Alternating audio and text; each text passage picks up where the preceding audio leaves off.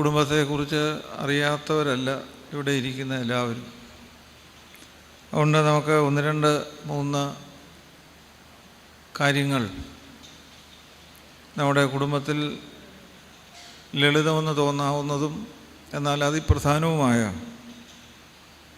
ചില തീരുമാനങ്ങളുടെ പുതുക്കൽ മാത്രമാണ് നമ്മളിവിടെ ഉദ്ദേശിക്കുന്നത്.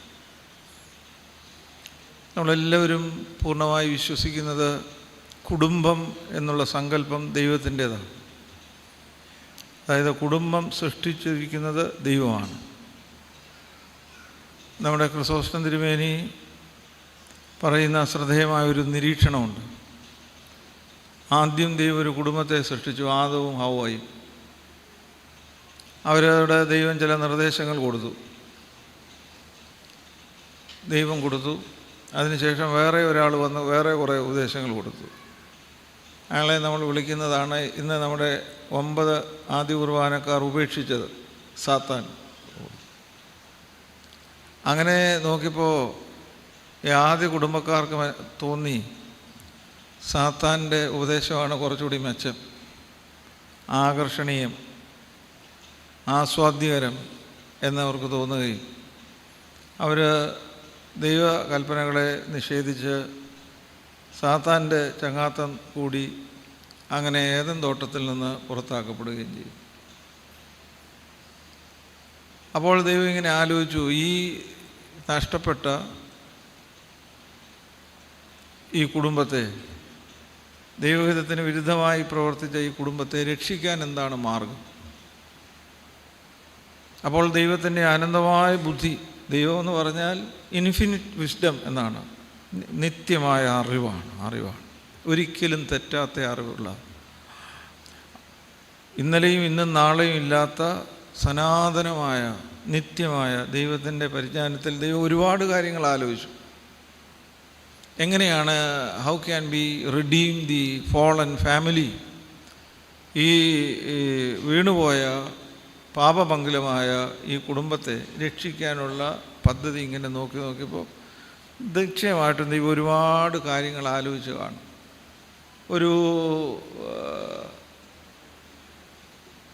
എന്തെങ്കിലും ഒരു മാജിക്ക് കാണിച്ച് പാവമെല്ലാം പോയിരിക്കുന്നു, ശരിയായിരിക്കുന്നു, നല്ല കുടുംബം എന്ന് ഒക്കെ പറയാമോ? ശാസ്ത്രീയമായ ചിന്തകൾ വന്നു. ഇന്ന് നമ്മൾ കൗൺസിലിങ്ങിനെ കുറിച്ച് പറയുന്നതിൻ്റെ അപ്പുറമുള്ള കൗൺസിലിങ്. അപ്പോൾ എല്ലാം നോക്കി ദൈവത്തിനൊന്നും തൃപ്തിയാകുന്നില്ല, ശരിയാകത്തില്ല.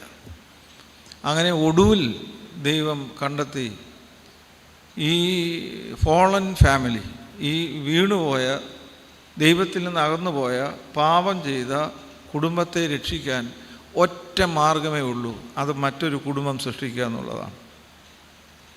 അപ്പോൾ കുടുംബത്തെ രക്ഷിക്കാനാണ് ദൈവം കുടുംബം സ്ഥാപിച്ചത്. ആദ്യ കുടുംബത്തിന് രക്ഷ ആവശ്യമായിരുന്നില്ലെങ്കിൽ രണ്ടാമതൊരു കുടുംബത്തെ സൃഷ്ടിക്കേണ്ട, ആ കുടുംബത്തിൻ്റെ തുടർച്ച മതിയായി. അങ്ങനെ ദൈവം തൻ്റെ അനന്തമായ ബുദ്ധിയിൽ ദൈവം കണ്ടെത്തിയ രക്ഷയുടെ പദ്ധതിയാണ് ഒരു നല്ല കുടുംബത്തെ സൃഷ്ടിക്കുക. അങ്ങനെയാണ് ജോസഫ് മറിയ എന്ന കുടുംബത്തിലൂടെ യേശു എന്ന ഒരു കുഞ്ഞിൻ ജനിച്ച ആ കുടുംബത്തെ ദൈവം സൃഷ്ടിച്ചത്. അപ്പോൾ ആ കുടുംബത്തിന് നമ്മൾ ഇന്ന് പറയുന്ന പേര്, നമ്മൾ ആ പദം ആദ്യം ഉപയോഗിക്കുന്നില്ലെങ്കിലും മറ്റ് സഭ കൃത്യമായിട്ട്, പ്രത്യേകിച്ച് കാത്തലിക് ചർച്ച് ഉപയോഗിക്കുന്നത് തിരുക്കുടുംബം എന്നാണ്. തിരുക്കുടുംബം, ഹോളി ഫാമിലി. അതുകൊണ്ട് തലച്ചിറ ഇടവകയിലെ 125ഓളം വരുന്ന, 25ഓളം അല്ല, 125 അങ്ങ് നിജപ്പെടുത്താം. ഈ 125 കുടുംബങ്ങൾ, നമ്മുടെ കുടുംബങ്ങൾ തിരുക്കുടുംബമാക്കുവാനാണ് ഇന്ന് ഈ വിശുദ്ധ ദേവാലയത്തിൽ, ഈ തിരു ആലയത്തിൽ നമ്മൾ സന്നിഹിതരായിരിക്കും. അതിൻ്റെ ഒരു വിശദമായ പഠനം ഒന്നും ഇവിടെ ആവശ്യമില്ല, നമുക്കെല്ലാം അറിയാവുന്ന കാര്യങ്ങളാണ്. നമുക്ക് ഈ ക്യാരക്ടേഴ്സിനെ ഒന്ന് നോക്കാം. ഈ യേശുവിൻ്റെ ആ തിരുക്കുടുംബത്തിൻ്റെ, ജോസഫ് അപ്പനാണ്, മറിയ അമ്മയാണ്, അവരുടെ മകൻ്റെ പേരാണ് യേശു. ജോസഫിനെ കുറിച്ച് വേദപുസ്തകത്തിൽ ദീർഘമായ എഴുത്തുകളില്ല, പക്ഷേ വളരെ അനുഗ്രഹിക്കപ്പെട്ട വിശുദ്ധമായ ഒരു വാക്ക് പറയുന്നുണ്ട്, ജോസഫ് നീതിമാനായിരുന്നു. ഹി വാസ് ജസ്റ്റ്, അവൻ നീതിമാനായിരുന്നു. ആ നീതിമാൻ്റെ ലക്ഷണങ്ങളെക്കുറിച്ചും വിശദമായിട്ടില്ല. എങ്കിലും നമ്മൾ വായിക്കുന്നത് ഇങ്ങനെയാണ്. ഞാൻ ഒരുപക്ഷെ പറയുമ്പം അതേ വാക്യത്തിൻ്റെ ആവർത്തനമായിരിക്കില്ല, നിങ്ങൾക്കറിയാം. ജോസഫ് നീതിമാനാകൊണ്ട് ജോസഫ് ഒരു വാർത്ത അറിഞ്ഞു. തനിക്ക് വിവാഹം നിശ്ചയിച്ചിരുന്ന കന്യകയായ ഈ പെൺകുട്ടി ഇപ്പോൾ ഗർഭവതിയാണ്. തുടർന്നാണ് നമ്മൾ വായിക്കുന്നത്, ജോസഫ് നീതിമാനാകൊണ്ട് അവൾക്ക് ലോക അപവാദം വരരുത് എന്ന് കണ്ട് ഗൂഢമായി അവളെ ഉപേക്ഷിക്കുവാൻ ഭാവിച്ചു. നമ്മൾ അങ്ങനെ വായിച്ചു വിടരുത്. തനിക്ക് വിവാഹം നിശ്ചയിച്ചിരുന്ന ഈ ഒരു അപ്പൻ എന്നുള്ള നിലയിൽ, അല്ലെങ്കിൽ ഭർത്താവാകാൻ പോകുന്ന ഇയാൾക്ക് നിശ്ചയമായിട്ട് ഒരുപാട് സ്വപ്നങ്ങളുണ്ട്. അപ്പോൾ ഇന്നത്തെ കാലത്ത് സ്വതന്ത്രമായി ചിന്തിച്ചാൽ നമുക്ക് മനസ്സിലാവും ഒരു ചതിയാണിത്. മറിയ ഗർഭം ധരിച്ചിരിക്കുന്നത് പരിശുദ്ധാത്മാവിലാണെന്ന് ഇത് ആരോട് പറയും? ആര് വിശ്വസിക്കും? ഇപ്പം നിങ്ങളിവിടെ ഇരിക്കുന്ന ഈ സ്ത്രീജനങ്ങൾ എന്നെ നോക്കുന്നു, അത് ദൈവം പറഞ്ഞാലേ വിശ്വസിക്കും. അത് ചുമ്മാ അന്ധമായി നമ്മൾ പറയുന്നതാണ്. നമ്മുടെ ഒരു മകൾക്ക് ഇങ്ങനെ ഒരു സ്ഥിതി വന്നാൽ നമ്മളത് സാരമില്ല, അവളെ ആൾ കെട്ടിട്ട് എന്ന് വല്ലതും പറയും? ആരും പറയുകയില്ല. ജോസഫ് നീതിമാനാകൊണ്ട് തൻ്റെ ഭാര്യയ്ക്ക് അപമാനം വരരുത്, എന്നാൽ അതുകൊണ്ട് ഗൂഢമായി ഉപേക്ഷിക്കാം. യഹൂദ ക്രമം അനുസരിച്ച് ഒരു സ്ത്രീയെക്കുറിച്ച് മോശമായ ഒരു അഭിപ്രായം വന്നാൽ അവളെ കല്ലെറിഞ്ഞ് കൊല്ലുകയാണ്. അങ്ങനെ കല്ലെറിഞ്ഞ് കൊല്ലാനുള്ള സാഹചര്യം നിലനിൽക്കുമ്പോഴാണ് ജോസഫ് തൻ്റെ ഭാര്യയ്ക്ക് ഒരു ദോഷവും വരരുത്. ഇന്ന് നമ്മൾ പത്രങ്ങളിലെല്ലാം വായിക്കുന്നത് ചെറിയ ചെറിയ കാര്യങ്ങൾ പറഞ്ഞ് ഈ ഭാര്യ ഭർത്താക്കന്മാർ തമ്മിൽ പിണങ്ങുകയും ഒരാൾ മറ്റൊരാളിനെ അപമാനിക്കുന്ന രീതിയിൽ സംസാരിക്കുകയും ചെയ്യുന്ന വാർത്തകൾ നമ്മൾ കേട്ടുകൊണ്ടിരിക്കുകയാണ്. അപ്പോൾ അങ്ങനെയുള്ളത് അതായത് എൻ്റെ ഭാര്യ അഭിമാനത്തോടുകൂടെ തല ഉയർത്തി നിൽക്കണമെന്ന് ആഗ്രഹിച്ച മനുഷ്യനാണ് ജോസഫ്. അപ്പം ഗൂഢമായി ഉപേക്ഷിക്കുവാൻ അത് ഒരു നന്മ കാര്യമാണ്. കല്ലെറിഞ്ഞ് കൊല്ലേണ്ട സ്ഥലത്ത് അവൾ എവിടെയെങ്കിലും പോയി ജീവിച്ചു കൊള്ളട്ടെ, ഞാനായിട്ട് ഒരു ദോഷം ഉണ്ടാക്കുകയില്ല, ഞാനായിട്ട്. അതാണ് ആദ്യത്തെ തീരുമാനം, ഗൂഢമായി ഉപേക്ഷിക്കും. അപ്പോൾ ദൈവത്തിൻ്റെ ദർശനമുണ്ടായി ജോസഫിന്. മറിയയ്ക്ക് ദർശനമുണ്ടായി, അതുപോലെ ജോസഫിനും ദർശനമുണ്ടായി. ജോസഫിനോട് പറഞ്ഞു, ജോസഫേ, നിൻ്റെ ഭാര്യയായ മറിയെ ചേർത്ത് കൊള്ളുവാൻ ഭയപ്പെടേണ്ട, അവളിൽ ഉൽപ്പാദിതമായിരിക്കുന്നത് പരിശുദ്ധാത്മാവിലാണ്. അതുകൊണ്ട് ദൈവം പറഞ്ഞതിൻ്റെ അർത്ഥം ഇത്രയേ ഉള്ളൂ, ജോസഫേ, നിനക്ക് ഒത്തിരി സ്വപ്നങ്ങളുണ്ടായിരുന്നു, ഇപ്പോഴും ഉണ്ട്. അതിന് നിനക്ക് വിഷമം തോന്നാം, അത് നിനക്ക് ഇത് അംഗീകരിക്കാൻ പ്രയാസം തോന്നാം. എന്നാൽ ദൈവം പറഞ്ഞു, നിൻ്റെ സ്വപ്നങ്ങളെ എൻ്റെ സ്വപ്നത്തിന് നീ അടിയറ വെച്ചാൽ നിനക്ക് ദൈവത്തിൻ്റെ മഹത്വം കാണാൻ സാധിക്കും. നമ്മളിവിടെ ഇരിക്കുന്ന എല്ലാവരും ഞാൻ ഉൾപ്പെടെ ഈ നമ്മൾ ഓർക്കണം, നമ്മളാരും ദൈവത്തിന് വേണ്ടി സാക്രിഫൈസ് ചെയ്യാൻ തയ്യാറല്ല. ദൈവം സാക്രിഫൈസ് ചെയ്ത് നമുക്ക് ഗുണമുണ്ടാകണമെന്നാണ് സത്യമായിട്ട് ആഗ്രഹിക്കുന്നത്. ഇതൊക്കെ നമ്മൾ ആലോചിച്ചാൽ മാത്രമേ മനസ്സിലാകുകയുള്ളൂ. ചുമ്മാ പ്രസംഗം കേട്ടിച്ച് പോയാൽ, പ്രസംഗം ഞാൻ ഉദ്ദേശിക്കുന്നത് ഇവിടെ പറയുന്നതല്ല, ഏത് പ്രസംഗം കേട്ടിച്ച് പോയാലും നമ്മൾ വൈകാരികമായി ചില കാര്യങ്ങൾ കേട്ട് പോകുന്ന ആളുകളാണ്. അതുപോലെ നമ്മൾ സത്യസന്ധമായി നമ്മളാണെങ്കിൽ ചെയ്യുമോ? നമ്മുടെ ഒരു മകൾ ഇപ്പോൾ നിങ്ങൾ ഒരു ഫലിതമായിട്ട് എടുത്താൽ മതി. ആ പുറകിൽ ഇരിക്കുന്ന നിങ്ങളെല്ലാം കല്യാണം കഴിച്ചവരല്ലേ പുറകിൽ, നിങ്ങളുടെ 18-21 വയസ്സുള്ള മകൾ, മനസ്സിലായി, ആ മകൾ മറിയോടിപ്പോൾ സംസാരിക്കുന്നില്ല. മറിയയുടെ അമ്മമാരായ നിങ്ങളോട് ദൈവം പറയുകയാണ്, ശോശക്കുട്ടി, മറിയക്കുട്ടി, നിങ്ങളുടെ പേര് വിളിച്ചിട്ട് പറയുകയാണ്, നിൻ്റെ ആ 21 വയസ്സുള്ള മകളെ ലോകത്തിൻ്റെ രക്ഷയ്ക്കായിട്ട് എനിക്ക് വിട്ടുതരാമെന്ന് ദൈവം ചോദിച്ചാൽ സത്യമായി നിങ്ങളുടെ അഭിപ്രായം പറഞ്ഞാൽ മതി, നിങ്ങൾ തയ്യാറാണോ? അതും അപമാനത്തിലൂടെ ബഹുമാനത്തിലേക്ക് സഞ്ചരിക്കുന്ന ഒരു യാത്രയ്ക്ക് വേണ്ടിയാണ്. തയ്യാറാണോ? ഇല്ല. ഇങ്ങനെ ചെയ്യാത്ത നമ്മൾ ഈ മറിയെക്കുറിച്ച് പൊങ്ങച്ചം പറഞ്ഞുകൊണ്ടിരുന്നുകൊണ്ട് വല്ല ഗുണമുണ്ടോ? അങ്ങേയറ്റം ഇരിക്കുന്ന മാഡം എന്നെ നോക്കുന്നു, ഇന്ന് വരണ്ടായിരുന്നു, എന്താ ഗുണവാനും വേണ്ടിയോ എന്തായാലും വേണ്ടിയില്ല, വരണ്ടായിരുന്നു എന്ന് തോന്നുന്നു. ഇത് ഗൗരവമായ കാര്യമാണ്. ഇവിടെ ഇരിക്കുന്ന പുരുഷന്മാരുൾപ്പെടെ ഞാൻ നിങ്ങളോട് ചോദിക്കട്ടെ, നമ്മളുടെ കുടുംബങ്ങളെ ദൈവം ഉപയോഗിക്കുവാൻ അനുവദിക്കാൻ നമുക്ക് ധൈര്യമുണ്ടോ? ധൈര്യമുണ്ടാകും എപ്പോഴാണ്? കുടുംബങ്ങൾ തിരുക്കുടുംബങ്ങളാകുമ്പോൾ. അപ്പോൾ ഞാൻ ഈ ജോസഫിനെ അപ്പോൾ ജോസഫ് ചെയ്തത് തൻ്റെ എല്ലാ സ്വപ്നങ്ങളും സർവശക്തനായ ദൈവത്തിന് അടിയറ വെച്ച് അപമാനഭാരം ഉണ്ടാകാവുന്ന രംഗത്ത് കല്ലെറിഞ്ഞ് കൊല്ലേണ്ടുന്ന ഒരു പെൺകുട്ടിയാണ് എൻ്റെ ഭാര്യയായിട്ട് നിർദ്ദേശിച്ചിരിക്കുന്നത്. അവളെ ഗൂഢമായി ഉപേക്ഷിക്കുക എന്നുള്ള നിർദ്ദേശം വന്നപ്പോൾ, ഗൂഢമായി ഉപേക്ഷിച്ചാൽ പോരാ, നീ അവളെ നിൻ്റെ ഭാര്യയായി സ്വീകരിച്ചു കൊള്ളണം. ഇത് വളരെ വളരെ പ്രധാനമാണ്. ഇനിയും തിരിച്ചു നോക്കി, ഈ മറിയ അമ്മ, ഈ മറിയ പറയുന്നൊരു വാക്കുണ്ട്, ഇതാ ഞാൻ കർത്താവിൻ്റെ ദാസി, നിൻ്റെ ഇഷ്ടം പോലെ. എന്തെങ്കിലും ഒന്ന് പറ, ഉറങ്ങാതിരിക്കാമല്ലോ. എൻ്റെ ഇഷ്ടം പോലെ നീ എനിക്ക് ഭവിപ്പിച്ച് തരണമെന്നാണോ, നിൻ്റെ ഇഷ്ടം നടക്കട്ടെ എന്നാണോ പറഞ്ഞത്? ആണ്. ഇനി ഇവിടെ ഇരിക്കുന്ന അങ്ങനെ വളരെ ഗൗരവമായിട്ടിരിക്കുന്ന 2-3 സ്ത്രീകളുണ്ടല്ലോ, നിങ്ങളുടെ മുഖത്ത് ഒരു പ്രകാശവും ഒരു ചിരിയൊക്കെ. നിങ്ങളോട് ഞാൻ ചോദിക്കുന്ന ഒരു ചോദ്യം, ഈ മറിയ ഇങ്ങനെ നിൻ്റെ ഇഷ്ടം പോലെ ഭവിക്കട്ടെ എന്ന് പറഞ്ഞ് അത് സ്വീകരിക്കും. നമ്മുടെ ഈ നാട്ടിൽ, ഈ തലച്ചിറ ഭാഗത്ത് നമ്മൾ ദൈവത്തെ ഉപയോഗിക്കുന്നവരാണോ അതോ ദൈവം നമ്മളെ ഉപയോഗിക്കുന്നവരാണോ? ഇവിടെ ഇരിക്കുന്ന കുറച്ച് പുരുഷന്മാരും സ്ത്രീകളും നിങ്ങളോട് ചോദിക്കുക, കഴിഞ്ഞ ഒരു 3-4 ആഴ്ചയ്ക്കുള്ളിൽ ദൈവമേ നീ എൻ്റെ കുടുംബത്തെ നിൻ്റെ ഇഷ്ടത്തിനനുസരിച്ച് ഉപയോഗിക്കണമേ എന്ന് പ്രാർത്ഥിച്ച ആരെങ്കിലും ഒന്ന് കൈവെക്കാൻ. അതായത് ഇനി ഞങ്ങൾക്കൊരു ഇഷ്ടവുമില്ല, ഞങ്ങളുടെ കുടുംബത്തെ തിരുക്കുടുംബമാക്കി നിൻ്റെ ഇഷ്ടം പോലെ ഞങ്ങളെ എന്ന് പറഞ്ഞാൽ അപ്പനെയും അമ്മയും മക്കളെ ഉപയോഗിക്കണമേ എന്ന് പ്രാർത്ഥിച്ച ഒരു സ്ത്രീക്കോ പുരുഷനോ ഒന്ന് കൈവെക്കാം. കാരണം എനിക്ക് ശബരിമല പോകാൻ ഇപ്പോൾ സൗകര്യമില്ലാത്തതുകൊണ്ട് നിങ്ങളെ കണ്ടു വന്നിച്ചേച്ച് അങ്ങ് പോവാം.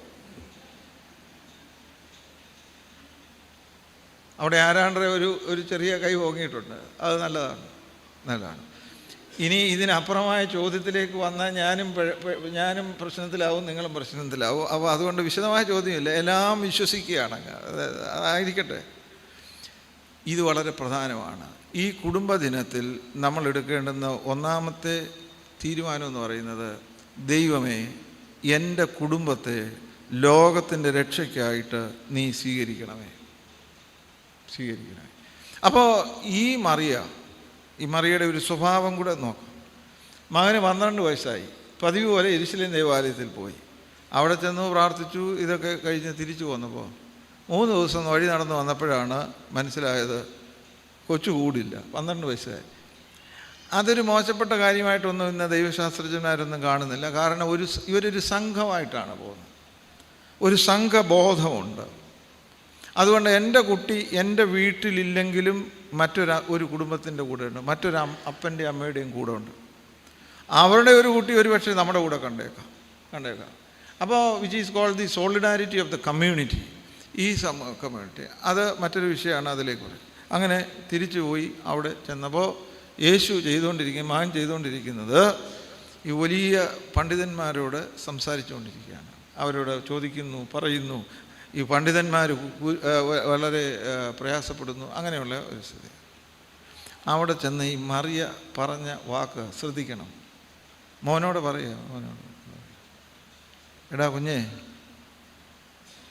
ഞങ്ങളുടെ കൂടെ വന്നതാണ്, തിരിച്ച് അന്വേഷിച്ചു, കാണുന്നില്ല. നിൻ്റെ അപ്പനും ഞാനും എന്ത് വിഷമിച്ചെന്നറിയാമോ? ആ വാക്ക് കൈവിടരുത്. നിൻ്റെ അപ്പനും ഞാനും. ഒരമ്മ പറയുകയാണ്, അല്ലെങ്കിൽ ഒരു ഭാര്യ പറയുകയാണ്, എൻ്റെ ഭർത്താവ്, എൻ്റെ കുഞ്ഞിൻ്റെ അപ്പൻ, അവനെക്കുറിച്ച് മോനെ നീ ആലോചിക്കണം. എൻ്റെ അമ്മയായിരുന്നെങ്കിൽ പറഞ്ഞേനെ നിന്നെ 10 മാസം എൻ്റെ വയറ്റിലിട്ടുകൊണ്ട് നടന്നതാണ്. മനസ്സിലായോ? ഈ കുഴപ്പങ്ങൾ കാണിക്കുന്നതിനൊക്കെ ഒരു മര്യാദ വേണം. മനസ്സിലായോ? ഞാനെന്ത് വിഷമിച്ചെന്നറിയാവോ? പിന്നെ എൻ്റെ അപ്പനും കൊണ്ട് കൂടെ എന്നേ പറയുള്ളൂ. ഇവിടെ എന്താ പറഞ്ഞേക്കുന്നത്? നിൻ്റെ അപ്പൻ വിഷമിക്കും. മോനെ, നിൻ്റെ അപ്പനെ വിഷമിപ്പിക്കരുത്. എനിക്ക് ഭയങ്കര ഇഷ്ടമാണ് അത് വായിക്കാൻ. ഒരമ്മ പറയുകയാണ്, കുഞ്ഞെ, അപ്പനെ വിഷമിപ്പിക്കരുത്. അതൊക്കെ ഒരു ഡിവൈൻ വാക്കുകളായിട്ടാണ് എനിക്ക് തോന്നുന്നത്. അമ്മ, ഞാനൊരിക്കൽ എൻ്റെ അമ്മയോട് പറഞ്ഞു, 10 മാസം വലിയ പ്രയാസമാണെങ്കിൽ ഒരു 5-6 മാസമായപ്പോൾ എവിടെയെങ്കിലും അങ്ങ് പ്രസവിക്കരുതായിരുന്നു ഇത് ചോദിച്ചിട്ട്. നീ പോ എന്ന് അമ്മ പറയും. അതുകൊണ്ട് സ്നേഹക്കുറവോ കൂടുതലോ ഒന്നുമില്ല. പക്ഷേ ഇത് വളരെ പ്രധാനമാണ്. നമ്മൾ അപ്പനെക്കുറിച്ച് പറഞ്ഞു, അമ്മയെക്കുറിച്ച് പറഞ്ഞു, ഈ അമ്മ പറഞ്ഞു നിൻ്റെ അപ്പൻ വിഷമിക്കരുത് എന്ന് പറഞ്ഞു. അതിൻ്റെ വിശദാംശങ്ങളിലേക്ക് ഇനിയും പോകുന്നില്ല. ഈ അപ്പൻ്റെയും അമ്മയുടെയും മകൻ്റെ പേരാണ് എന്തെന്ന് പറയുന്നത്? യേശു.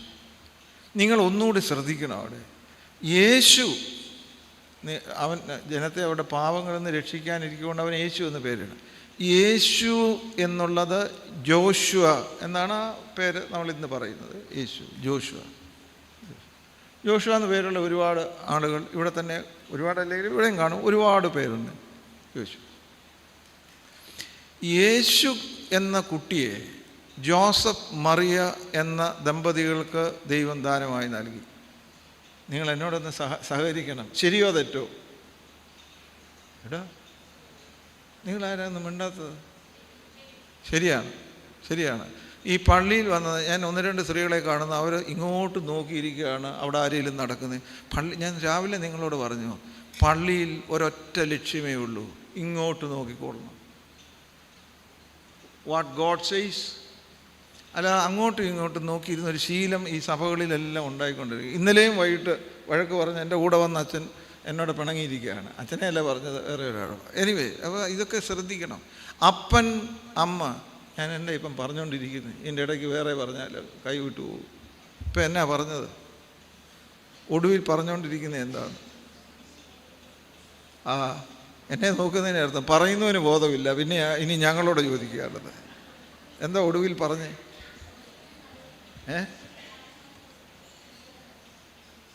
ഒരാൾ ഉറച്ചു പറയണം. ഇരുന്ന് പറഞ്ഞാൽ മതി. അതെ, ഞാനിപ്പോൾ പറയാൻ പോകുന്നത് ശ്രദ്ധിച്ച് കേൾക്കണം. യേശു എന്ന കുട്ടിയെ ഈ മാതാപിതാക്കൾക്ക് കൊടുത്തു.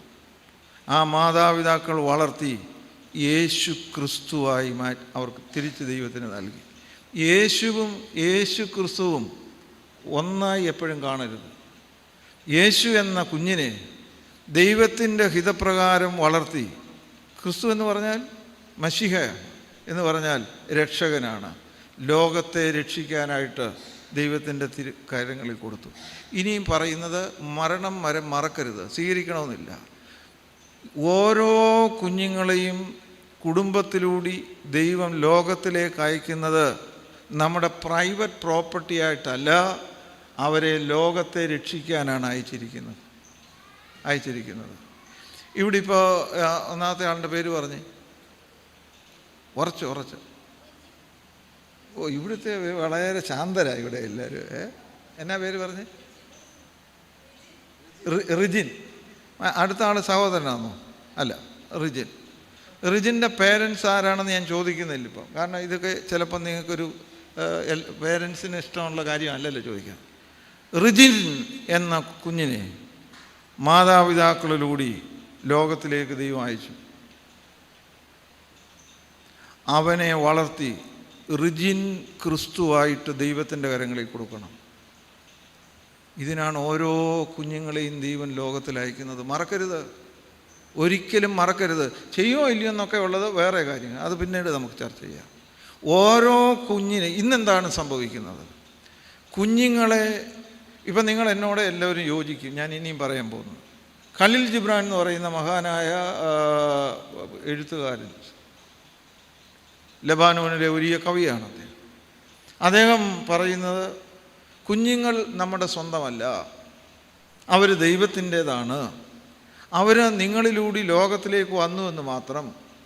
നിങ്ങൾ അവരെ സ്വന്തമാക്കാനല്ല, നിങ്ങൾ അവരെ ഈ ദൈവത്തിന് വേണ്ടി വളർത്തുക എന്ന് പറഞ്ഞാൽ മാതാപിതാക്കളുടെ സ്വന്തമല്ല, അവർ ദൈവത്തിൻ്റെ സ്വന്തമാണ്. ദൈവത്തിൻ്റെ അവർ നിങ്ങളിലൂടെ വന്നെന്ന് മാത്രമേ ഉള്ളൂ. You are only guardians. നിങ്ങൾ ഗാർഡിയൻസ് മാത്രമാണ്. അവരുടെ ഒരു ഗാർഡിയനായി. ഇപ്പം നിങ്ങൾ ചിലയിടത്തൊക്കെ പോകുമ്പോൾ വോട്ടിപ്പെട്ട് കൊടുക്കും ഗാർഡിയൻ എന്നുള്ളത്. ഞാൻ സത്യമായി ഇവിടെ ഇരിക്കുന്നത് നിങ്ങളുടെ അഭിപ്രായങ്ങൾ കേൾക്കാൻ വേണ്ടി വേണം. നമ്മൾ ഇത് വിശ്വസിക്കുന്നുണ്ടോ ഈ പറയുന്നത്? ഒന്നിലുണ്ട്, അല്ലെങ്കിൽ ഇല്ല. ഉണ്ട്, അത് വിശ്വസിക്കുന്നുണ്ട്. പക്ഷേ സത്യമായി നോക്കുകയും നമ്മൾ അവരെ ഗാർഡിയനാകുന്നതിന് പകരം നമ്മൾ അവരുടെ ഉടമസ്ഥരായി തീരുകയാണ്. And we are possessing our children as our own private property. അതുകൊണ്ട് ദൈവത്തിന് അവരെ ലോകത്തിൽ യേശു ക്രിസ്തുവിനെ പോലെ അല്ലെങ്കിൽ തൻ്റെ പുത്രനെ പോലെ ഉപയോഗിക്കാൻ ഒക്കുന്നില്ല. നമ്മൾ ശ്രദ്ധാപൂർവം മനസ്സിലാക്കേണ്ടുന്ന ഒരു കാര്യം, നമ്മളുടെ സങ്കല്പത്തിനനുസരിച്ചുള്ള ഇൻ്റർപ്രിട്ടേഷൻസാണ് നമ്മളെപ്പോഴും നടത്തിക്കൊണ്ടിരിക്കുന്നത്. നമ്മളിവിടെ ഇരിക്കുന്ന മാതാപിതാക്കൾ, ഒരു 45 താഴെയുള്ള മാതാപിതാക്കൾ ഒന്ന് ആലോചിച്ച് നോക്കിക്കേ. നമ്മൾ ഗൗരവമായി പ്രാർത്ഥിക്കാറുണ്ടോ? എൻ്റെ കുഞ്ഞിനെ യേശുവിനെ പോലെ വളർത്തിയെടുക്കണം എന്ന് ചിന്തിക്കുന്നതാണോ? അവനെ ഒരു ഡോക്ടറാക്കണം, അത് തെറ്റാണോ? ഒരിക്കലുമല്ല.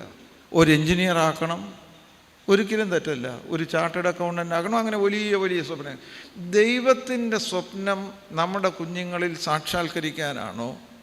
നമ്മുടെ സ്വപ്നങ്ങൾ സാക്ഷാത്കരിക്കാൻ അവരെ വളർത്തണമെന്നാണോ സത്യമായും നമ്മൾ ആഗ്രഹിക്കുന്നത്?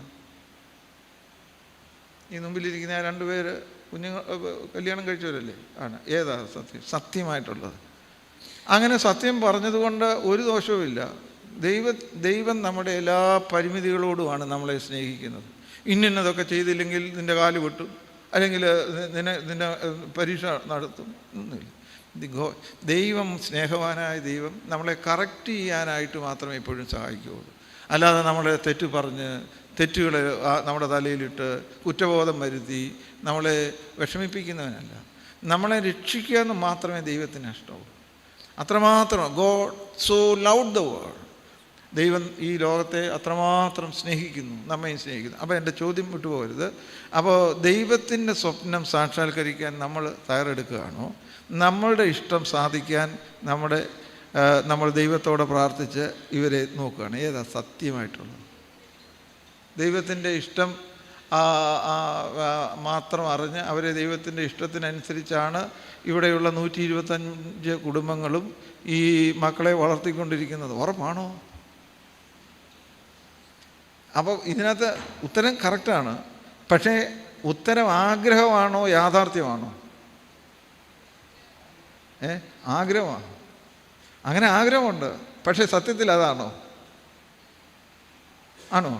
ഞാൻ 2 കൊല്ലം മുമ്പാണെന്ന് തോന്നുന്നു മാരാമൺ കൺവെൻഷനിൽ സേവികാ സംഘത്തിൻ്റെ പ്രസിഡൻ്റ് എന്നുള്ള നിലയ്ക്ക് ഞാനൊരു പ്രസ്താവന നടത്തിയായിരുന്നു. ഒരു ചെറുപ്പക്കാർ, ഒരു യങ് കപ്പിൾ മാത്രമാണ് എന്നോട് ഗൗരവമായി ആ വിഷയം ചർച്ച ചെയ്തത്. ഞാൻ പറഞ്ഞു, 2 മക്കളുള്ളവർ 1 മക്കളൂടെ നിങ്ങൾക്കുണ്ടാകട്ടെ, നിങ്ങൾക്ക് 3 മക്കളുണ്ടാകട്ടെ. ആ 3ാമത്തെ മകനെ സുവിശേഷ വേലയ്ക്കായിട്ട് അയക്കാം.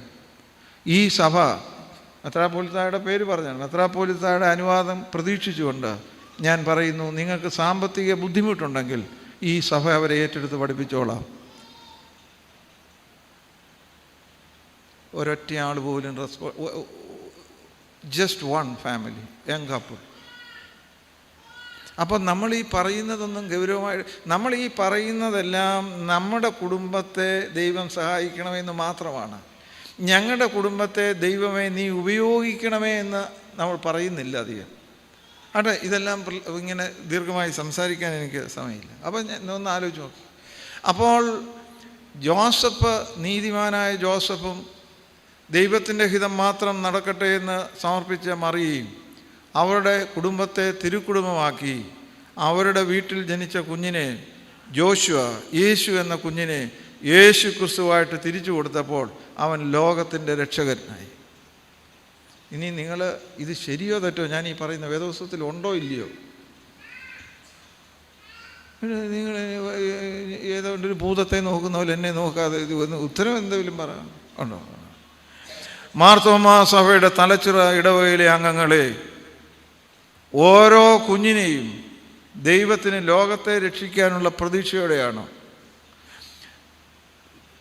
രവീന്ദ്രനാഥ് ടാഗോർ കേട്ടിട്ടുണ്ടോ? നീ അതും ഇല്ലെന്ന് പറഞ്ഞോളൂ. ഉണ്ട്. ഇപ്പം യേശു ക്രിസ്തു പറഞ്ഞു, ദൈവം പറഞ്ഞു എന്ന് പറഞ്ഞാൽ നിങ്ങളങ്ങ് അത് വലിയ ഭക്തിയുടെ വിഷയമാണ്.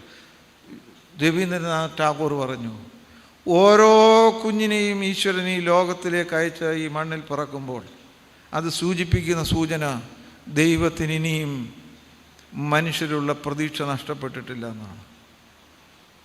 ആട്ടെ, അപ്പോൾ ഇപ്പോൾ ഞാൻ ഒന്നാമത് പറയുന്നത്, നിങ്ങൾ വിഴുങ്ങണ്ട. പക്ഷേ ഭാര്യയും ഭർത്താവും മക്കൾ പ്രായമായവരാണെങ്കിൽ അവരും ആദ്യമേ ഭാര്യയും ഭർത്താവും കൂടി ഇരുന്ന് നിങ്ങൾ വീട്ടിലൊന്ന് ആലോചിക്കണം, നമ്മുടെ കുഞ്ഞുങ്ങൾ ആരുടേതാണ്, അവരെ എന്തിനാണ് ലോകത്തിലേക്ക് അയക്കുന്നത്. ഇനി ഞാൻ പറയുന്നത് യുക്തിസഹജമായ കാര്യമല്ല. പക്ഷേ അങ്ങനെയുള്ള ആളുകളും ഞാൻ പറയുന്നത് പോസിറ്റീവായിട്ട് എടുത്താൽ മതി. എന്തുകൊണ്ടാണ് ചില കുടുംബങ്ങളിൽ ഭാര്യ ഭർത്താക്കന്മാർക്ക് മക്കളില്ലാതിരിക്കുന്നു? ആദ്യത്തെ സ്റ്റേറ്റ്മെൻറ്റ് ഞാൻ പറഞ്ഞിട്ട്, അത് ദൈവാനുഗ്രഹം തന്നെയാണെന്ന് വിശ്വസിക്കുന്ന ആളാണ് ഞാൻ. യേശുവിനോട് ചിലർ ചോദിച്ചു, എന്താ ഇതിൻ്റെ കാര്യം? ചില കാര്യങ്ങൾ അവൻ്റെ പേരൻസിൻ്റെ കുഴപ്പമാണോ? യേശു പറഞ്ഞു, ഇതൊന്നും അവരുടെയൊന്നും കുഴപ്പമല്ല, ദൈവത്തിൻ്റെ പ്രവൃത്തി വെളിപ്പെടേണ്ടതാണ്. അങ്ങനെയുള്ള സന്താന സൗഭാഗ്യമില്ലാത്ത മാതാപിതാക്കളോട് എനിക്ക് പ്രത്യേക ബഹുമാനത്തിൻ്റെ കാര്യം, ഈ മറിയെ ഉപയോഗിച്ചതുപോലെ ദൈവം അവരെ ഉപയോഗിക്കുകയാണ്. എന്തിനാണ്? മക്കളുള്ള അപ്പനും അമ്മയും പഠിക്കാൻ. നിങ്ങൾ വിചാരിച്ചത് കൊണ്ടല്ല നിങ്ങൾക്കൊരു കുഞ്ഞ് ജനിച്ചത്. ആ കുഞ്ഞ് ദൈവത്തിൻ്റെ ദാനമാണ്. ഇത് നിങ്ങൾ പഠിക്കുന്നതിന് ആണ് ദൈവത്തിന് ഇഷ്ടമുള്ള ചിലരെ അവരോട് ദൈവം ഹൃദയത്തിൽ മന്ത്രിക്കും, എനിക്ക് ഈ ലോകത്തോടെ ചില പാഠങ്ങൾ പഠിപ്പിക്കുവാൻ നിങ്ങൾ എൻ്റെ കൂടെ കൂടണം. അപ്പോൾ ദൈവം കൂടി കൂട്ടുകാരാക്കിയിരിക്കുന്ന ആളുകൾക്ക് ഒരുപക്ഷെ ദൈവം എല്ലാവർക്കും നൽകുന്ന ചില സൗഭാഗ്യങ്ങൾ നിഷേധിച്ചു എന്ന് വന്നേക്കാം. നമ്മൾ വലിയ ഇപ്പം യേശുദാസ് വലിയ ഗാനഗന്ധർവനാണ്. അദ്ദേഹത്തിൻ്റെ ഡിസിപ്ലിൻ ലൈഫിനെ കുറിച്ച് നിങ്ങൾ വായിക്കണം. എല്ലാ ഭക്ഷണവും അദ്ദേഹം കഴിക്കത്തില്ല, തണുപ്പുള്ള ഒരു ആഹാരവും കഴിക്കുകയില്ല. നമ്മൾ ഈ പറയുന്ന ഈ ഡെസേർട്ട്സ് ഒന്നും അദ്ദേഹം ഉപയോഗിക്കുകയില്ല. അപ്പോൾ മനോഹരമായി പാടുന്നതിന് എത്ര വലിയ സാക്രിഫൈസാണ് അവർ ചെയ്യുന്നത്, എത്ര വലിയ നമ്മുടെ ഈ അത്ലറ്റ്സ് അവരൊക്കെ എത്ര മണിക്കൂറാണ് വെളുപ്പിനെ എക്സസൈസ് ചെയ്യുന്നത്. അപ്പോൾ ഇത് വളരെ പ്രധാനമായിട്ടുള്ളൊരു കാര്യമാണ്. അപ്പോൾ ദൈവം ഉപയോഗിക്കുന്ന ആളുകളെ അങ്ങനെ ഉപയോഗിക്കുന്നത് നമ്മൾ പാഠങ്ങൾ പഠിക്കാനാണ്. അങ്ങനെയാണെങ്കിൽ ഞാൻ ആ ഭാഗം അവസാനിപ്പിക്കുകയാണ്. അപ്പോൾ ഞാനിപ്പോൾ പറഞ്ഞ ഒറ്റ കാര്യം അതൊന്ന് സബ്സ്റ്റാൻഷിയേറ്റ് ചെയ്യാൻ ഞാൻ പറഞ്ഞതേ ഉള്ളൂ. ഓരോ കുടുംബങ്ങളും മാർത്തോമാ സഭയുടെ ബിഷപ്പ് എന്നുള്ള നിലയിൽ മാർത്തോമാക്കാരെക്കുറിച്ച് പറയുകയാണ്. മാർത്തോമാ സഭയിലെ എല്ലാ കുടുംബങ്ങളും വെറും കുടുംബത്തിൽ നിന്ന് എങ്ങോട്ട് മാറണം? ഒന്ന് ഉറച്ചു പറഞ്ഞേ നിങ്ങൾ. അതുപോരാ. പുരുഷന്മാർ സംസാരിച്ച് എല്ലാ കുടുംബങ്ങളും തിരുക്കുടുംബമാകണം. അല്ലെങ്കിൽ നമ്മൾ അവരെ പ്രൈവറ്റൈസ് ചെയ്യുന്നു. അത് ദോഷമുണ്ടോ? അതൊന്നും എൻ്റെ ജോലിയല്ല പറയുന്നത്. പക്ഷേ ദൈവം ആഗ്രഹിക്കുന്നത്, പേരൻസ് പറയുന്നു, എടാ നീ രാവിലെ 4:30 എഴുന്നേറ്റ് പഠിക്കുന്നു. പിള്ളേർക്ക് ഇഷ്ടമില്ലായിരിക്കും, മനസ്സിലായോ? അവൻ പഠിച്ചില്ലെന്ന് കണ്ട് അവൻ നശിച്ചു പോകാനൊന്നും പേരൻസ് ആഗ്രഹിക്കുന്നില്ലല്ലോ, അതൊന്നുമില്ല. പക്ഷേ അവരുടെ ആഗ്രഹമാണ് ഇവൻ നന്നായി പഠിക്കണം, ഇവനൊരു നല്ല ഭാവി ഉണ്ടാകണം, അവനൊരു ദൈവകൃപയിൽ വളരണം എന്നുള്ളത് ആശയം മാത്രം എടുത്താൽ മതി. അപ്പോൾ ഓരോ കുടുംബങ്ങളും തിരുക്കുടുംബങ്ങളാകാൻ ആഗ്രഹിച്ചാൽ സാധിക്കാത്തതായിട്ടൊന്നുമില്ല. ഇത് നിങ്ങളുടെ മാത്രം കുഴപ്പമല്ല, വളരെ കോമ്പറ്റീഷനുള്ള ഒരു ലോകമാണ്. അപ്പുറത്തെ ആൾ കാണിക്കുന്നതേ നമ്മളും കാണിക്കുകയുള്ളൂ, മനസ്സിലായോ? അപ്പോൾ ഞാൻ ഒരു ഫലിതം നിങ്ങളോട് പറയാം. നിങ്ങളുടെ കുട്ടികളെല്ലാവരും ഈ മുമ്പിൽ നിങ്ങളെ മിണ്ടാതിരുന്നാൽ ശരിയല്ല, എന്തെങ്കിലും ഒക്കെ പറയണം. നിങ്ങളുടെ കുട്ടികൾ അവരെ ഒരു 9-10 ക്ലാസ്സിലൊക്കെ പഠിക്കുമ്പോൾ ഇപ്പോൾ ഈ ഹോംവർക്കുണ്ട്, കൊച്ചു പ്രോജക്ട്സ് വർക്കുകളൊക്കെ ഉണ്ട്. അതിന് ഈ പേരൻസ് കൂടെ സഹായിക്കും, ഇല്ലയോ? ഇവിടെ അങ്ങനെയൊന്നും ഇല്ലയോ? സഹായിക്കും. അപ്പോൾ ഒരു പ്രോജക്റ്റ് വർക്ക് ചെയ്തു, അത് സമയമെടുക്കുന്നു, പേരൻസ് കൂടെ സഹായിച്ചു, രാത്രി 10-10:30 മണിയായി. ആ സ്റ്റഡി ടേബിളിൽ ആ പ്രോജക്റ്റ് ചെയ്ത ബുക്ക് വെച്ചു. രാവിലെ ധൃതി പിടിച്ച് പോയതുകൊണ്ട് ഇതെടുത്തില്ല. മാതാപിതാക്കൾ എന്നാ ചെയ്യും? അത് പൂജ വെക്കുമോ? അല്ല, നിങ്ങളെന്നാ ഇങ്ങനെ നോക്കിയിരിക്കുന്നേ? എന്തോ ചെയ്യും? കൊണ്ടു കൊടുക്കും. ബസ് പോയതേ ഉള്ളെങ്കിൽ അതിൻ്റെ പുറകെ കൊണ്ടു കൊടുക്കും, അല്ലെങ്കിൽ സ്കൂളിൽ കൊണ്ടു കൊടുക്കും. അത് തെറ്റും പാവമാണോ? അല്ല, ഒന്നുമല്ല. നിങ്ങളുടെ ഒരു കുട്ടി രാവിലെ പെട്ടെന്ന് സൺഡേ സ്കൂളിൽ പോകുന്നു. സൺഡേ സ്കൂളിൻ്റെ നോട്ട് ബുക്കും എടുത്തില്ല, വേദപുസ്തകം ഈ പരസ്യാധാരണക്രമം എടുത്തില്ല.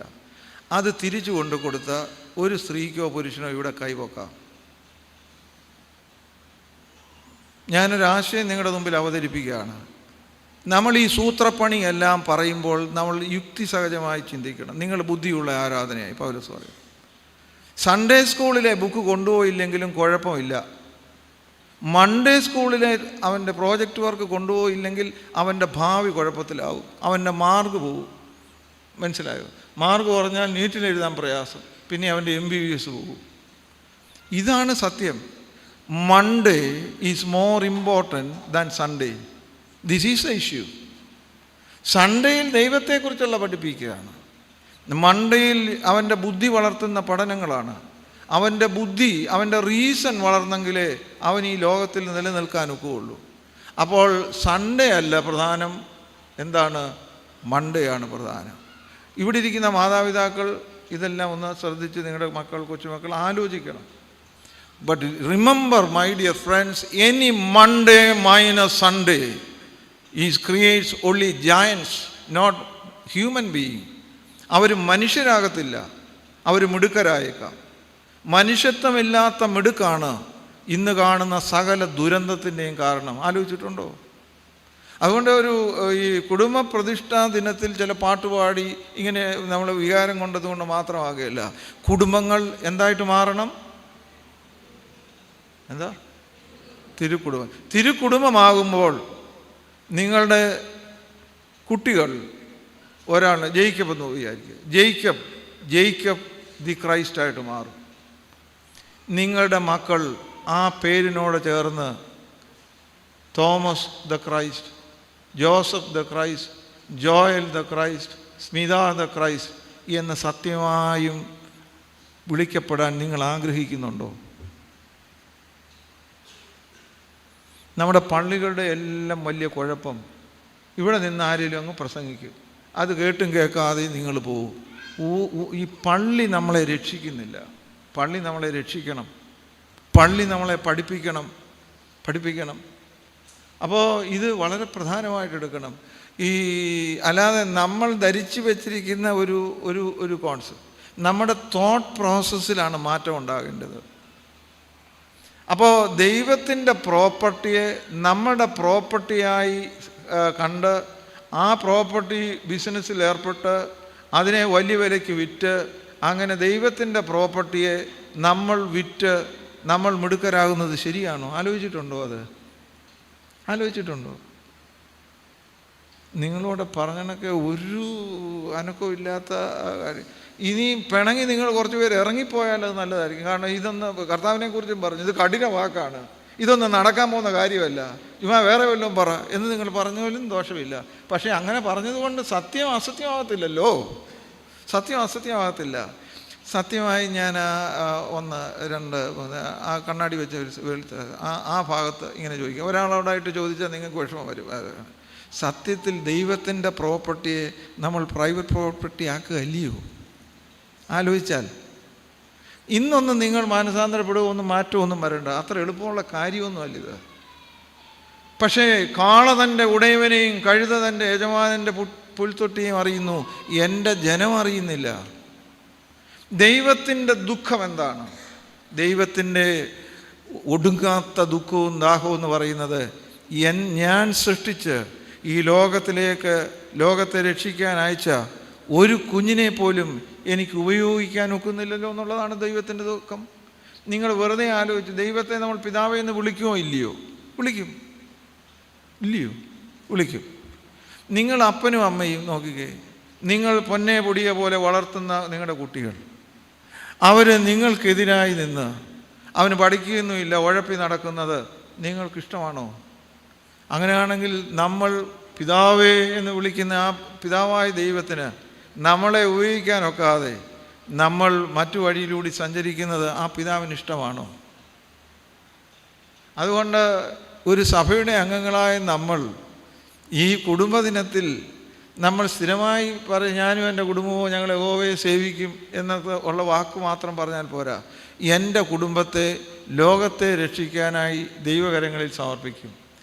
എൻ്റെ കുഞ്ഞിനെ, ഞാൻ മുമ്പേ പറഞ്ഞല്ലോ, ജോസഫ് എന്ന കുഞ്ഞിനെ ഞാൻ ജോസഫ് ദ ക്രൈസ്റ്റായിട്ട് മാറ്റും. യേശു എന്ന പൈതലിനെ മേരി പറഞ്ഞൊന്നുമില്ല, മേരി ജീവിച്ച് കാണിച്ചു. അവനെ ജീസസ് ദ ക്രൈസ്റ്റായിട്ട് പിതാവിൻ്റെ കയ്യിൽ കൊടുത്തു. അപ്പോൾ ദൈവത്തിന് അവനെ. ഇനി ഞാൻ അവസാനിപ്പിക്കുകയാണ്. നിങ്ങളുടെ ഇരിപ്പും ഒക്കെ കണ്ടനൊക്കെ എനിക്ക് അത്ര സന്തോഷമില്ല. കാരണം ഇങ്ങനെ ചുമ്മാ വന്ന് ഇവിടെ ഇരുന്നുകൊണ്ട് എന്തിനാ ഇങ്ങനെ വന്നിരിക്കുന്നതെന്ന് എനിക്ക് തോന്നിപ്പോവുക. നമ്മുടെ കൂർലോസ് സവർഗൻ മെത്രാപ്പൊലീത്ത അദ്ദേഹം നേരിട്ട് പറഞ്ഞ ഒരു അനുഭവമുണ്ട്. അദ്ദേഹം പാലാരിവട്ടം പള്ളിയുടെ വികാരിയായിരിക്കുകയാണ് എറണാകുളത്ത്. അപ്പോൾ ഒരു അമ്മ വിളിച്ചു, അച്ചോ, മകന് ഇന്ന് all India institute of medical science എയിംസിൽ അവൻ അഡ്മിഷൻ കിട്ടി. ഇന്ന് KK എക്സ്പ്രസ്സിന് പോവുകയാണ്. അച്ഛൻ വന്ന് പ്രാർത്ഥിച്ചു വിടണം.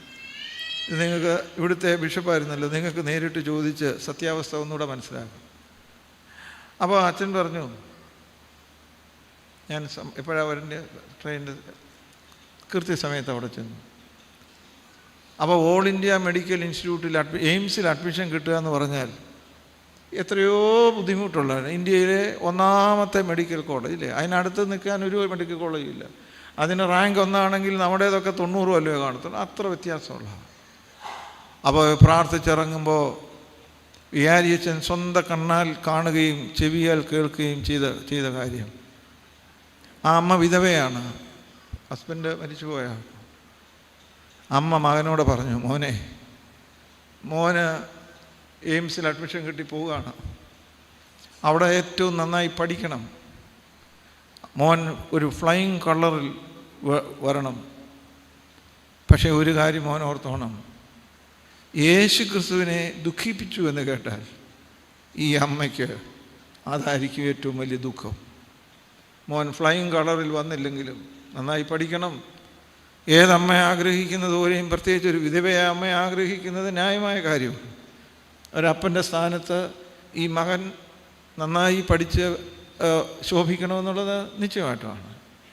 എന്നാൽ ആ അമ്മ പറയുകയാണ്, ഈ മാർത്തോമാ സഭയിലെ ഒരു അമ്മ പറഞ്ഞു, ഒരു വിധവയായ അമ്മ പറഞ്ഞു, എൻ്റെ മോൻ കർത്താവിനെ ദുഃഖിപ്പിച്ചു എന്ന് കേട്ടാൽ അതമ്മയ്ക്ക് സഹിക്കാൻ ഒക്കുകയില്ല. സത്യമായും ഞാൻ നിങ്ങളോട് ചോദിക്കട്ടെ, നമ്മുടെയൊക്കെ മക്കൾ പോകുമ്പോൾ ഇങ്ങനെ നമുക്ക് പറയാൻ സാധിക്കുന്നുണ്ടോ? പറയുന്നില്ല എന്നൊന്നും സ്ഥാപിക്കാനല്ല എൻ്റെ ജോലി. പക്ഷേ അങ്ങനെ പറഞ്ഞ് കേൾക്കുന്നത് നമുക്കൊരു സന്തോഷമല്ലേ? നിങ്ങളെക്കുറിച്ച് മറ്റൊരാളൊരു പള്ളിയിൽ സാക്ഷ്യം പറയുന്നത് നിങ്ങൾക്ക് സന്തോഷം വരുന്ന കാര്യമല്ലേ? അതുകൊണ്ട് മിടുക്ക് വേണ്ടെന്നല്ല, നല്ല മിടുക്ക്, എവറിത്തിങ് അത് ദൈവത്തോടാണ്. ജസ്റ്റിസ് കുര്യൻ ജോസഫ് എന്ന് പറയുന്ന സുപ്രീം കോടതിയുടെ ജഡ്ജിയുണ്ട്, മലയാളിയാണ്. നിങ്ങളുടെ ഈ അദ്ദേഹത്തിൻ്റെ പ്രസംഗങ്ങളൊക്കെ വളരെ സുന്ദരമായി നമ്മുടെ ഈ മലയാളത്തിൽ യൂട്യൂബിലുണ്ട്.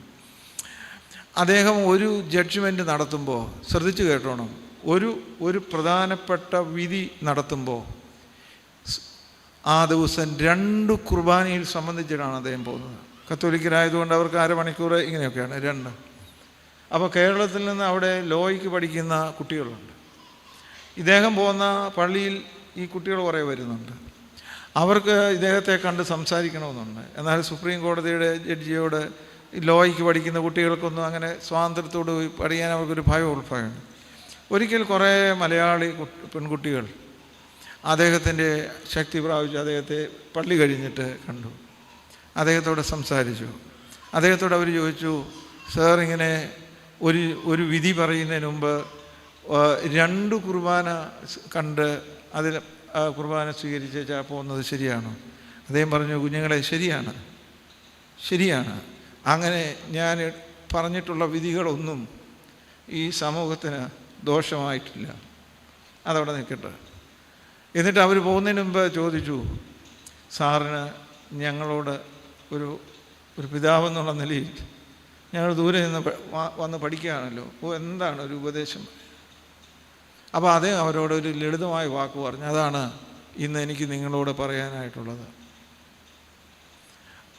സാധാരണ അദ്ദേഹം പറഞ്ഞു, സാധാരണ നമ്മളെല്ലാം പ്രാർത്ഥിക്കുന്നു, ജീവിക്കുന്നു ഒക്കെ പറയുമ്പോൾ ഒരു നല്ല വീട്ടിൽ ജനിച്ചു വളർന്നവരൊക്കെ പറയുന്നത് എവരിത്തിങ്, എല്ലാത്തിൻ്റെയും കൂടെ ആര് വേണം?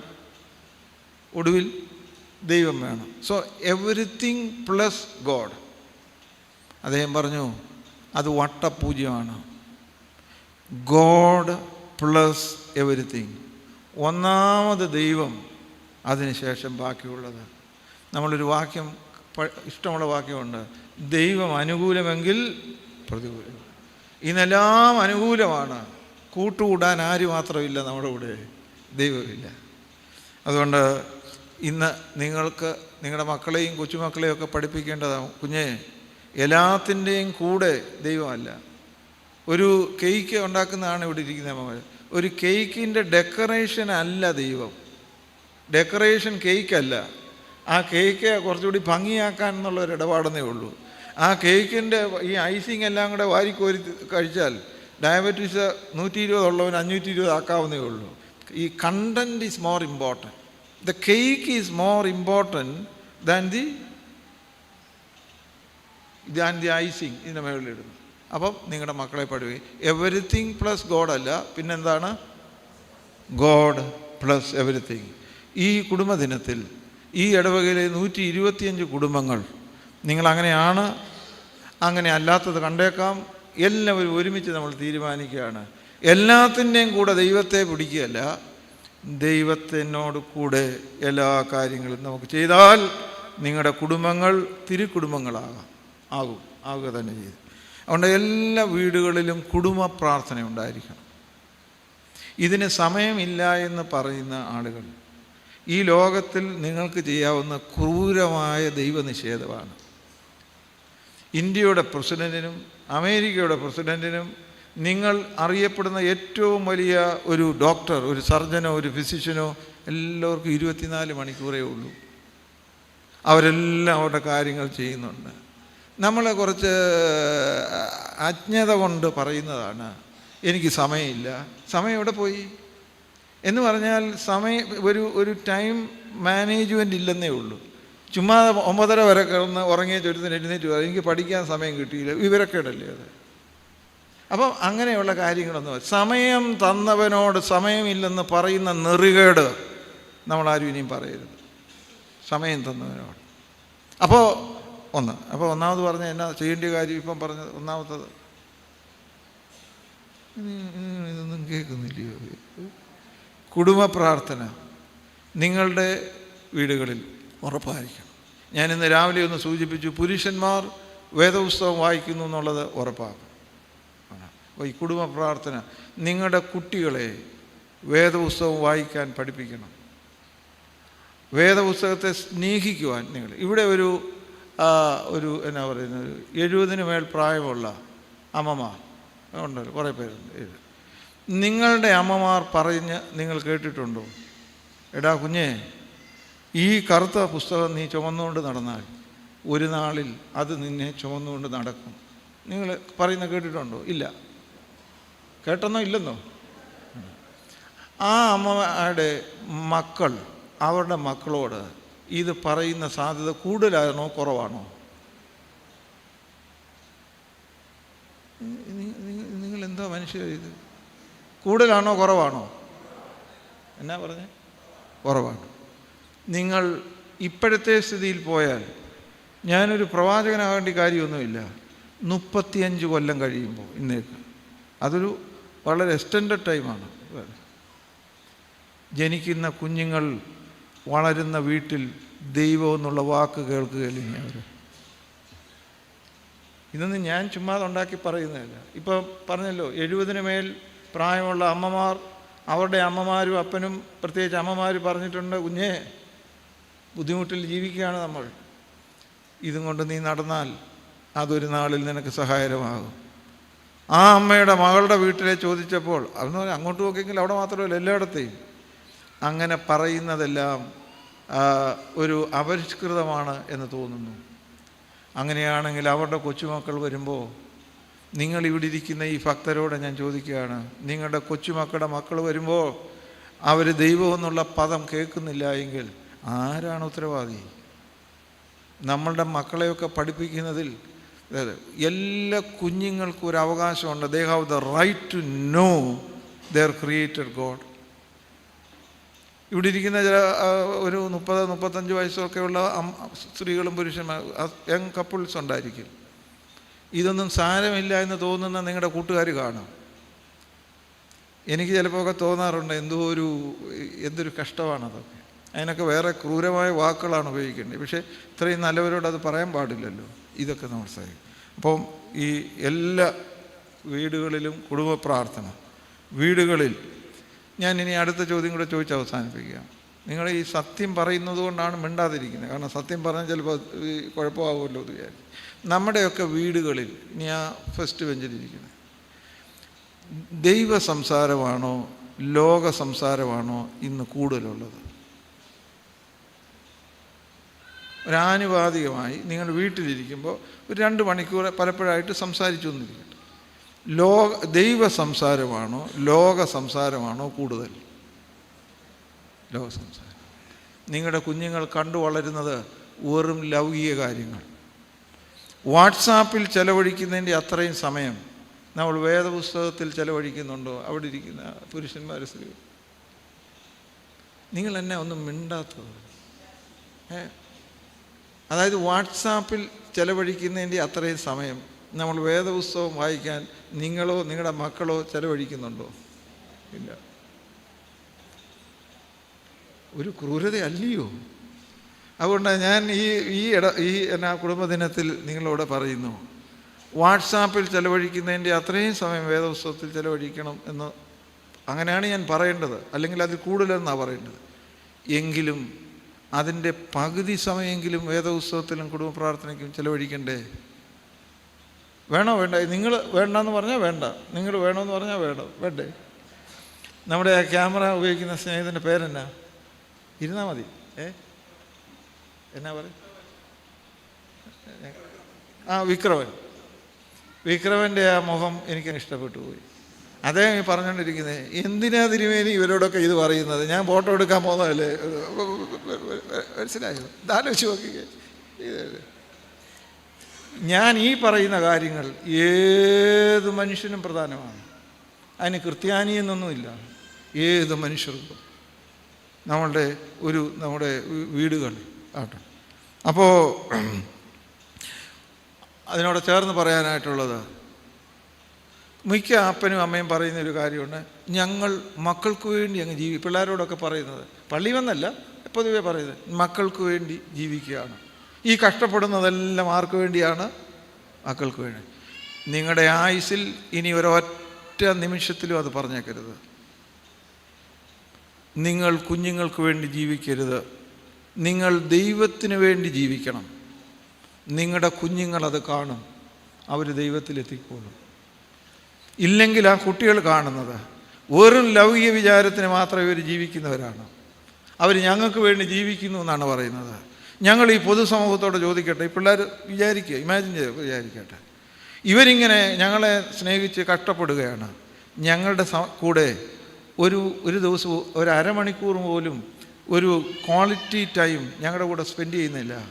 ആർക്ക് വേണ്ടിയാണ് ഇതൊക്കെ?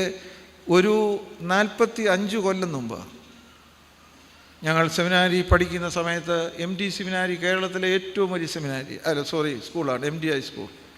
അവിടുത്തെ ഹോസ്റ്റലുകളിൽ ഒരു 250 കുഞ്ഞുങ്ങളുണ്ട്. അവരെ സൺഡേ സ്കൂൾ പഠിപ്പിക്കുന്നത് സെമിനാരി സ്റ്റുഡൻസാണ്. അപ്പോൾ ഞങ്ങൾക്കും അത് വലിയ സന്തോഷമാണ്.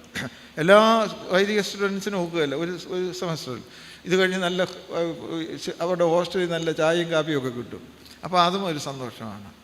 അവർ പറയുന്ന വാക്ക് നിങ്ങൾ സത്യമായും കേൾക്കണം. ഞങ്ങളെ ഇവിടെ ജയിലിൽ അടച്ചിരിക്കുകയാണ്, ഞങ്ങളുടെ പേരൻസ് വിദേശ രാജ്യത്താണ്, ഞങ്ങൾക്ക് വേണ്ടി ജീവിക്കുകയാണെന്നാണ് പറയുന്നത്. നിങ്ങൾക്ക് ഞങ്ങൾക്ക് അവരെ മതി. ഞങ്ങളുടെ കൂടെ അവരൊരു സമയമില്ല, വരുമ്പം കുറേ മുട്ടായും അതും ഇതൊക്കെ വാങ്ങിച്ചുകൊണ്ട് വരും. 45 കൊല്ലം മുമ്പ്. അങ്ങനെയാണെങ്കിൽ ഇപ്പോഴത്തെ സ്ഥിതി വലിയ കാര്യമായ മാറ്റമില്ല. ഞാൻ പറഞ്ഞത് മറക്കരുത്. ആരെങ്കിലും മറന്നാൽ, പുരുഷൻ മറന്നാൽ സ്ത്രീ ഓർമ്മിപ്പിക്കണം, സ്ത്രീ മറന്നാൽ പുരുഷൻ ഓർമ്മിപ്പിക്കണം. നിങ്ങൾ മക്കൾക്ക് വേണ്ടിയല്ല ജീവിക്കേണ്ടത്, നിങ്ങൾ ദൈവത്തിന് വേണ്ടി.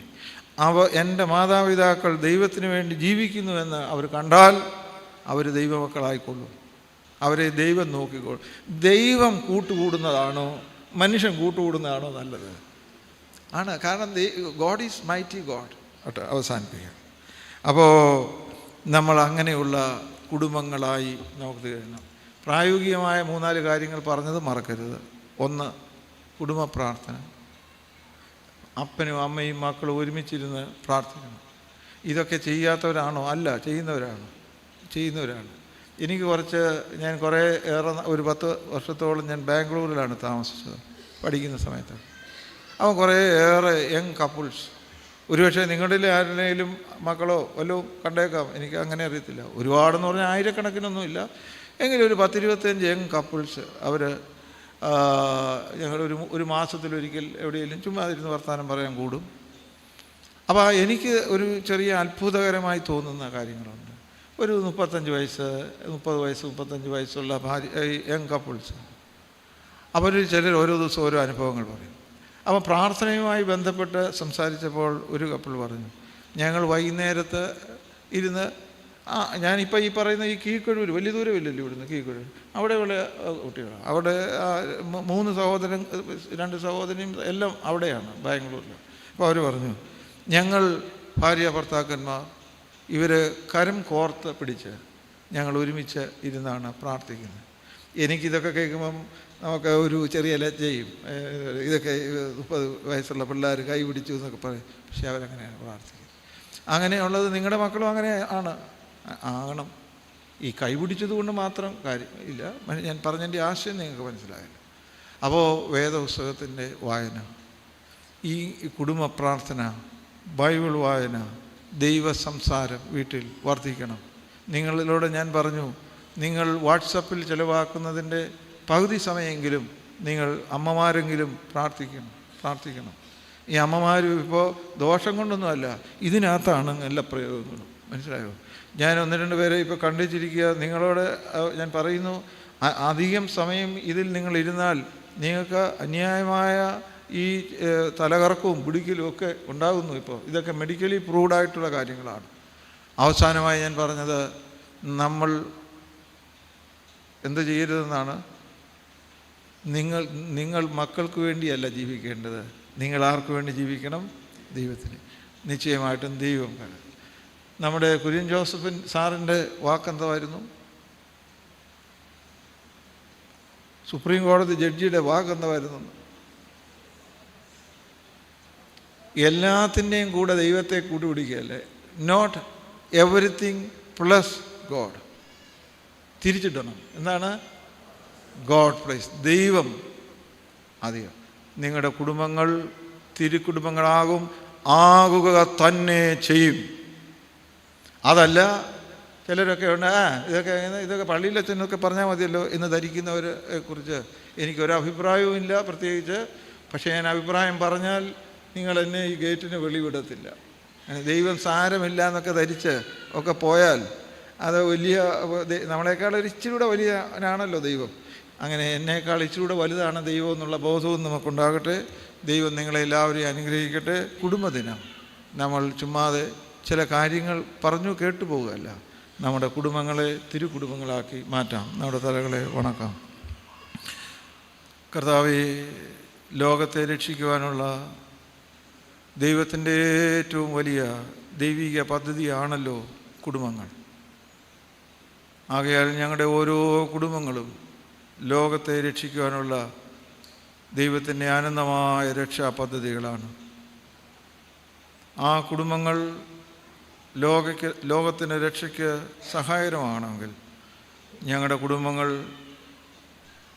യേശുവിൻ്റെ കുടുംബത്തെ പോലെ, ജോസഫ്, മറിയ, യേശു, ആ കുടുംബത്തെ പോലെ തിരുക്കുടുംബമാകണം. യേശുവിനെ ദൈവകൃപയിൽ വളർത്തി 12-ാമത്തെ വയസ്സിൽ ലോകത്തിലെ വലിയ പരിജ്ഞാനികളായ ദൈവശാസ്ത്രജ്ഞന്മാരോട് ഗൗരവമായ കാര്യങ്ങൾ ചോദിക്കാനും തർക്കിക്കാനും ഉത്തരങ്ങൾ കണ്ടെത്താനും ശ്രമിച്ചു. അത് അമ്മ ആ പൈതലിനെ അങ്ങനെ വളർത്തി എന്നുള്ളതുകൊണ്ട് തന്നെയാണ്.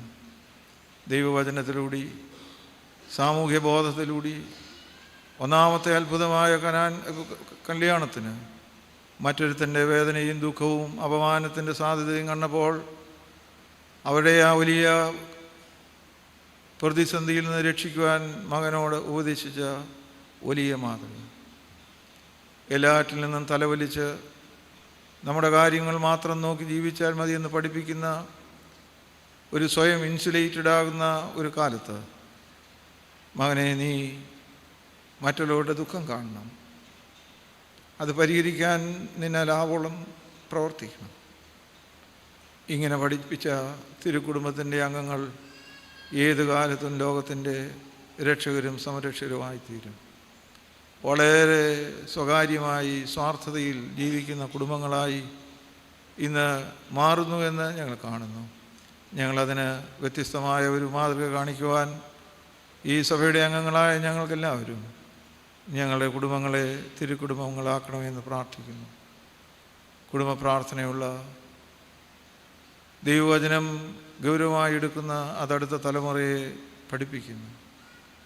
നല്ല മാതൃകകൾ ഞങ്ങളുടെ കുടുംബങ്ങളിലുണ്ടാകട്ടെ. എല്ലാത്തിൻ്റെയും കൂടെ ദൈവത്തെ കൂട്ടിപ്പിടിക്കുകയല്ല, ദൈവത്തോട് ചേർന്നെല്ലാം ചെയ്യുവാനും കാണുവാനും പ്രവർത്തിക്കുവാനും സഹായിക്കണമെന്ന് പ്രാർത്ഥിക്കുന്നു. ദൈവനാമം ഞങ്ങളുടെ കുടുംബങ്ങളിലൂടെ മഹിമപ്പെടണമേ. ഞങ്ങളുടെ കുടുംബങ്ങൾ മറ്റുള്ള കുടുംബങ്ങൾക്ക് അനുഗ്രഹമാക്കണമേ. യേശു രക്ഷകന്റെ നാമത്തിൽ അപേക്ഷിക്കുന്നു. കരുണയോടെ കേൾക്കണമേ. ആമേൻ.